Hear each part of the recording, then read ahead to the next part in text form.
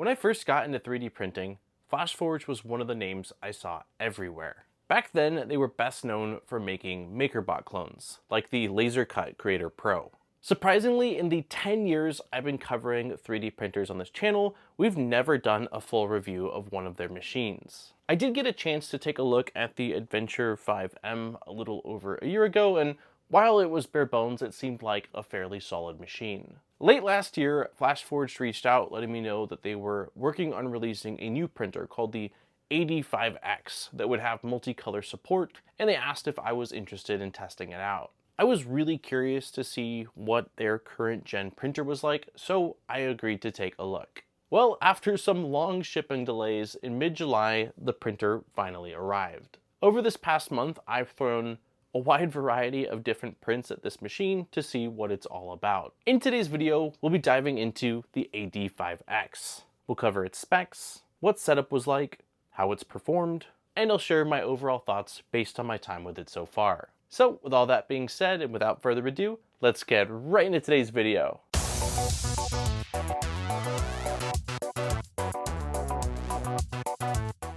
Starting with the specs. The AD5X is a CoreXY 3D printer with a build volume of 220mm in X, Y, and Z. The frame is made of sheet metal and all of the connecting pieces are injection molded. While by default this is an open frame printer, FlashForge does offer an enclosure upgrade kit. The kit itself only comes with the various screws and panels, and it does require quite a bit of printing to assemble the rest of it, but it's there as an option. For motion, the X-axis uses 10mm linear rods, and both the Y and Z axis are using slightly smaller 8mm ones. The printer comes with a magnetic flex plate system for its bed, and the plate that comes with the printer is dual-sided powder-coated PEI. There are 3 lead screws and 4 smooth rods that drive the bed up and down, but they are all powered by one Z stepper motor that ties everything together using a large belt. Thank you to PCBWay for sponsoring today's video. With over a decade of experience, PCBWay provides reliable, high-quality PCB prototyping and fabrication with super fast turnaround times. In addition to PCBs, they offer CNC machining, 3D printing, sheet metal fabrication, and injection molding services. I recently used their SLM printing for a 3D printed toolhead, and the results were fantastic. Whether your project is big or small, PCBWay has you covered with order quantities from 5 to 10,000 boards. Use the link in the description to get a $5 credit towards your first order today. Moving on to the toolhead, there were a couple of things inside there that caught me by surprise. The front cover is just held on by 2 standoffs and a couple of magnets, so removing it is really simple. What I wasn't expecting was to not have any cables coming off of the front cover, attaching it to the toolhead. That's because there's a small PCB inside at the top that uses a set of pogo pins to connect and disconnect the front cover from the rest of the toolhead board, which is a small detail, but I thought it was pretty neat. Inside of that front cover is a 5015 blower fan that is used for all of your layer cooling. The hot end has a fairly large heatsink with a 2515 fan on the right side, blowing air across it. When I removed the silicone sock from the heater block, that's when I got my second surprise. This printer is using a latch system, which is really similar to what you'll find on the Bamboo Lab A series or H series machines. This one's slightly different, but it basically operates the same way, where you undo the latch, swing open the heatsink, and you can pull out the combo nozzle, heat block, and heat break all in one assembly, and you can just slap a new one in, which makes swapping out your hot end a really quick process, since you're not having to take out the thermistor or the heating element that just stays within the toolhead. The included nozzle is 0.4mm and looks like it's either just brass or copper. I checked, and you can get replacements directly from FlashForge, and they come in a wide variety of sizes. The 0.25 and 0.4mm sizes are using stainless steel tips, and the 0.6 and the 0.8mm sizes are using hardened steel. So if you're printing with abrasives, you'll want to get one of the larger sized nozzles. Above the hot end is the cutting blade, your direct drive extruder, as well as a filament runout sensor. You won't see any sort of probes in the toolhead because the AD5X is using load cells, and those 4 load cells are found in each corner of the bed. There's really not a whole lot else going on the inside of this printer. Towards the back, you've got a nozzle scrubbing pad for cleaning the nozzle, as well as a latch to eject filament that's been purged either during the print starting process or during color swaps while printing. And then on the back right side of the printer, there are just two latches that open up to reveal empty compartments. I thought initially that they were maybe for carbon, for some sort of a filter system, but I don't see any fans, so your guess is going to be as good as mine as what their purpose is. For interfacing with the printer, there is a 4.3-inch touchscreen. It's definitely not the brightest, the most responsive, or having the widest of viewing angles, but it's functional. After using it for the past month, I don't really have any issues with it, but it would have been nice if they'd gone with a slightly higher quality screen. There's a full-size USB port located on the right side of the screen if you want to use a flash drive to print offline, and it is just poor placement. This is the first lane for loading filament, and if you have a small flash drive, you can fit it between the spool and the port, but if you have a larger flash drive like one that I have that has both USB-C and USB 2.0, you will actually have to either take off the spool or kind of angle it to try to get that flash drive into that USB port. On the right side of the printer, we have our 4 spool holders. These are very similar to the spool holders found on the AMS Lite, and I found them to work pretty well with a wide variety of different inner diameter spool sizes. Mounted on top of that is the sort of filament hub or buffer system. This is where you will insert filament into, and it will then load or unload it from your tool head.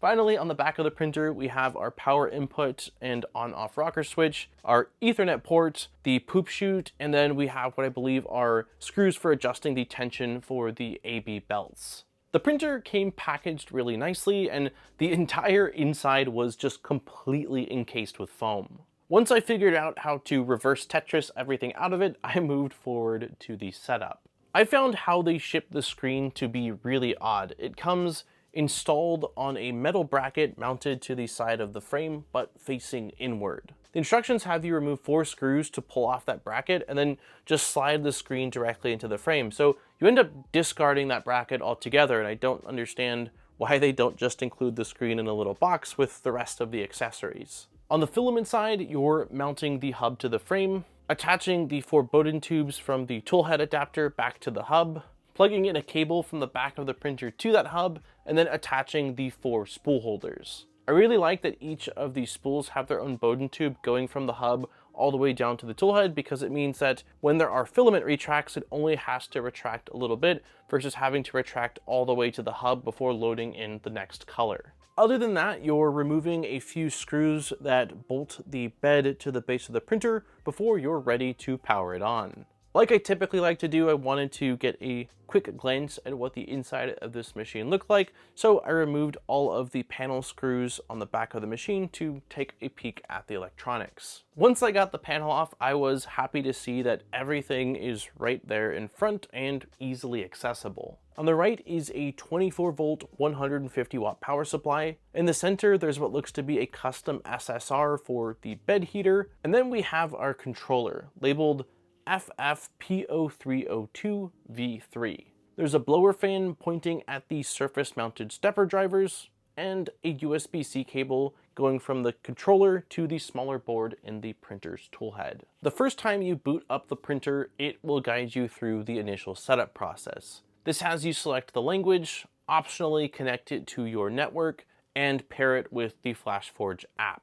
After this, it runs through the initial calibration process, which homes the bed, runs through a bed mesh of the entire bed, and then runs input shaping. I started off by loading in a couple spools of FlashForge PLA that they sent over, but the printer itself only comes with some really tiny strands of material, so make sure you've got some filament on hand. Once you begin to feed the filament into any of the lanes over at the hub, it will detect it and then feed it the rest of the way into the printer's toolhead.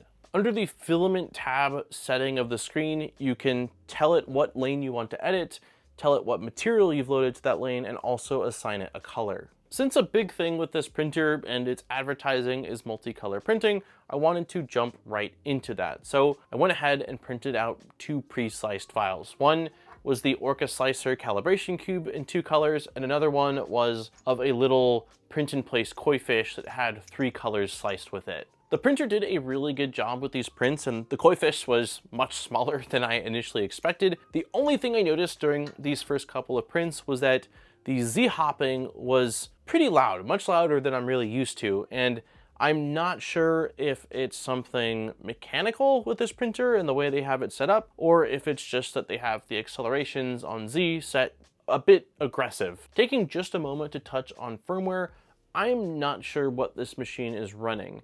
I know that recent previous generations of FlashForge machines had Clipper mods available, which leads me to believe that maybe this is running Clipper under the hood, but I haven't seen any sort of concrete evidence or any sort of mod made available. So at this point, I'm just going to assume it's some sort of closed source firmware. After the first couple of test prints, I was ready to slice up my own files. So I jumped over to the computer and downloaded Orca FlashForge, which, if you couldn't guess by that name, is just a forked and skinned version of OrcaSlicer.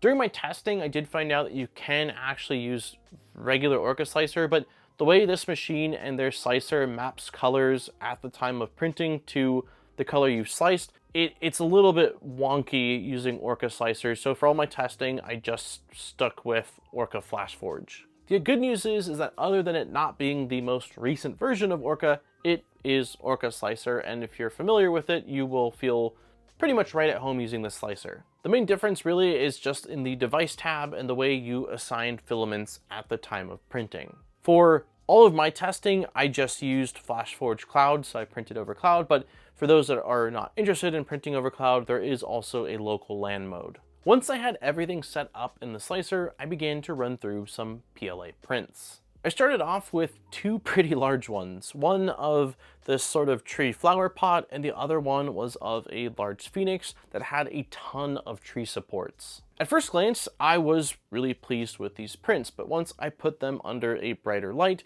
I noticed that specifically on the Phoenix model, there seemed to be a lot of Z-banding. I'm not entirely sure what the cause is. The patterns are seemingly random, so I don't believe it's related to anything with the lead screw. The slicer profile is using inner to outer wall ordering, so I did change that on some later prints, which seemed to improve it, but it doesn't seem to be the sole cause of those artifacts. After those, I moved on to doing some multicolor printing. My son has been absolutely obsessed with Mario and Luigi, and we've been watching the Super Mario movie what feels like on repeat, so I set off to see if I can find some cool models to print out for him. I ended up coming across a designer called the Kit Kiln over on Things that has some really great, almost Lego-inspired versions. While these are multicolor prints, they actually don't require a multicolor printer. All of the different colors you see printed on their own plates, and then they get assembled after.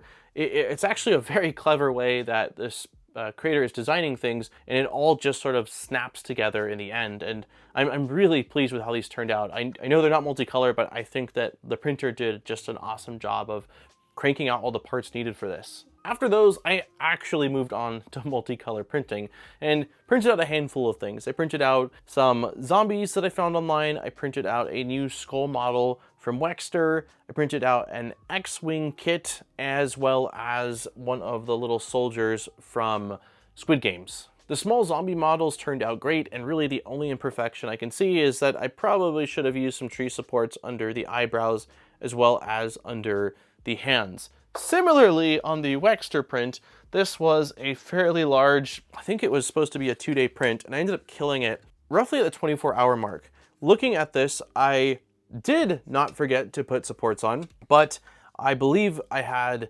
just supports from build plate on. And so what I didn't realize is that the eyeballs for this skull sort of cyborg model were actually floating. And so I was looking over at this print and I was pretty pleased with the placement of all of the colors, but noticed that there was these sort of like blob things where the eyes should be. So I ended up canceling the print because I didn't feel like it was worth continuing, but with this, it was my fault, and the printer itself had done a ton of swaps at this point, and I feel like it did a really great job with the color placement.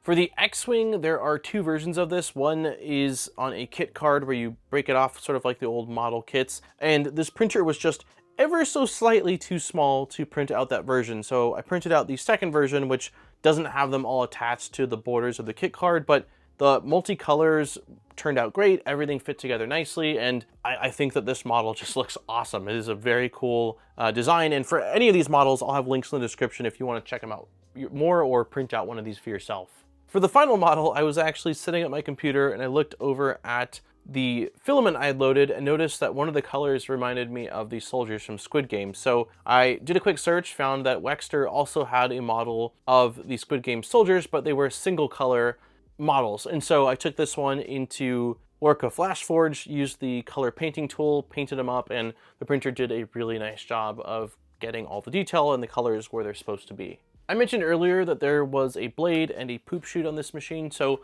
with it being a 4-color yet single nozzle unit, it does have to purge excess material each time it does a color swap to clear out any material that's still in the hot end. During my testing, I happened to see a discussion that some people were saying that with this printer, although the slicer lets you adjust the purge volume, the printer basically just disregards it and uses a set purge amount that happens to be a fairly high amount. So in order to test this, I found just a small 2-color 10-layer print that I printed out with the default purge settings with the multiplier at 1. I then reprinted that same model, but with 0.5 multiplier, which should have provided me with half of the amount of purging, and I threw them on a scale. While this was just a small print, both of the piles of purge material weighed 5 grams, so it does seem that at the time of recording, the purge amount that you can set in the slicer is just ignored. I didn't have any issues with color bleed, like it's purging a lot, so there wasn't any issues with, oh, it didn't purge enough, but if you do run into that issue, you can adjust the prime tower to make it purge more, but you cannot make it purge less than the amount that it's currently purging. I really hope that this is something that they can correct. With multicolor printing, there's always some waste, and certainly using a single nozzle on a multicolor setup is going to be the most wasteful compared to, say, a tool changer, but having the ability to adjust the purge value can really make a difference in not wasting unnecessary material, especially when you're transitioning from colors that aren't extremely different from each other. After I was done with all of my PLA printing, I moved on to PETG. VOXELPLA recently released a brand new series of their PETG called Galaxy PETG, which is a gorgeous, sparkly series, and they sent over each of the different colors for me to play around with. I went around and around about what I wanted to print with these PETG, but ended up deciding on this sort of spooky owl model. I just thought it would look awesome in these colors, and so I printed out the exact same model 4 times so that way I could have a side-by-side comparison of the 4 different variants. The printer did a fantastic job with these, and I am really pleased with the results. Most of the pretty colors that I have are in PLA, which is great most of the time, but it is nice to also have some options for PETG, especially for things that I may want to have outside or in just a warmer environment. The final material I wanted to test out was TPU. I found a model of a tennis ball that's sort of in a mesh that I thought would be a good test to see how this printer handled it. And then I did some quick searching to see if there was any requirements for printing TPU on this machine. But I found no sort of requirements with this machine. So I loaded up the 95A TPU into the first lane. It had no issues with feeding it. And then I ended up using PLA for supports at the base of the ball in hopes that it would be a little bit easier to tear away when the print completed. While there is a bit of droop on the overhangs, overall, I'm quite pleased with how this turned out. I would describe it as a fairly complex TPU model, and being able to just load TPU on the side of this and go versus having to have sort of a separate spool or separate setup is really nice. Now, with that being said, I don't think I would probably do softer than maybe 90A. If I was doing anything softer than that, then I would change my setup and feed it directly into the printer's toolhead. So what are my thoughts on the AD5X based on my time with it so far? Well, let's start with the good.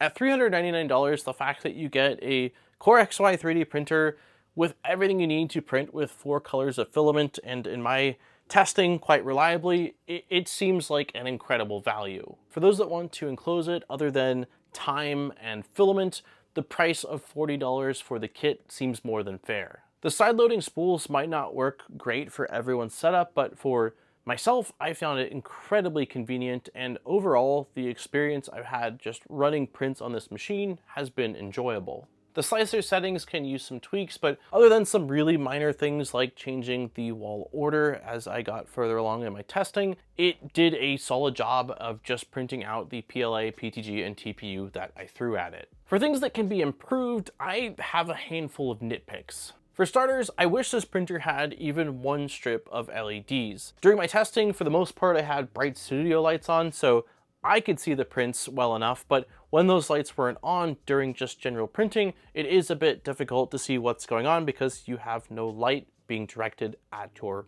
print. Next is with remote viewing. I wish that this printer came with a camera. In 2025, almost all printers, even budget printers, are shipping with some kind of a camera, so when you're using the app or your slicer, you can remotely check in on your print. Now, there is a camera option upgrade for $40, so if you want to, you certainly can add a camera to it, but it's something that I think most people have grown to expect, and I really wish that they had just somehow figured out a way to include it. Performance-wise, I think that a lot of the hardware choices they went with are fine, but because there is no enclosure by default, they didn't include an auxiliary fan, and as far as I'm aware, even in the upgrade kit, there's no auxiliary fan, and so your only cooling for your prints is the blower fan on the back of this toolhead, which does a solid job, but it just means that for things like extreme overhangs, you're not going to get quite as good results, and for overhangs in general, you're just going to want to slow down a bit more since it doesn't have the aid of a massive fan blowing air across your build plate. Finally, the slicer and color purging are areas that need work. Not being able to adjust your purge settings is an issue. I would love to see a full integration of the AD5X into vanilla OrcaSlicer without having to do any sort of trickery or workarounds to assign the filaments to the sliced files. For someone just looking for a printer that can do nice multicolor printing that doesn't have to do a lot of tweaking, well, that's really what the AD5X has been for me. However, there's no denying that it feels a bit lacking, especially with sort of bells and whistles we've come to expect from a lot of 3D printers, but I also have to keep reminding myself that to achieve that price point of $399, I'm sure that some of those things I mentioned were the corners that they had to cut. And that's been the AD5X. I hope that you enjoyed this video and that I was able to answer the majority of the initial questions you maybe had about this machine. If you do have any additional ones, let me know in the comments and I will do my best to answer. And as always, if I don't know the answer to your question, I have no problem reaching out directly to FlashForge to try to get those answers for you. On that note, don't forget to like and subscribe for more great videos. We make a video just about every single week, so there's always fresh content coming your way. And if you want to support the channel further, I'll have links in the description over to our Patreon, where there are some really awesome rewards. Huge thank you to all of our existing Patreon supporters. I appreciate each and every one of you for allowing me to come back every single week and spend more time doing what I love, which is making content for you all to enjoy. On that note, this has been Daniel from ModBot. I look forward to seeing you guys in my next video. Peace, guys!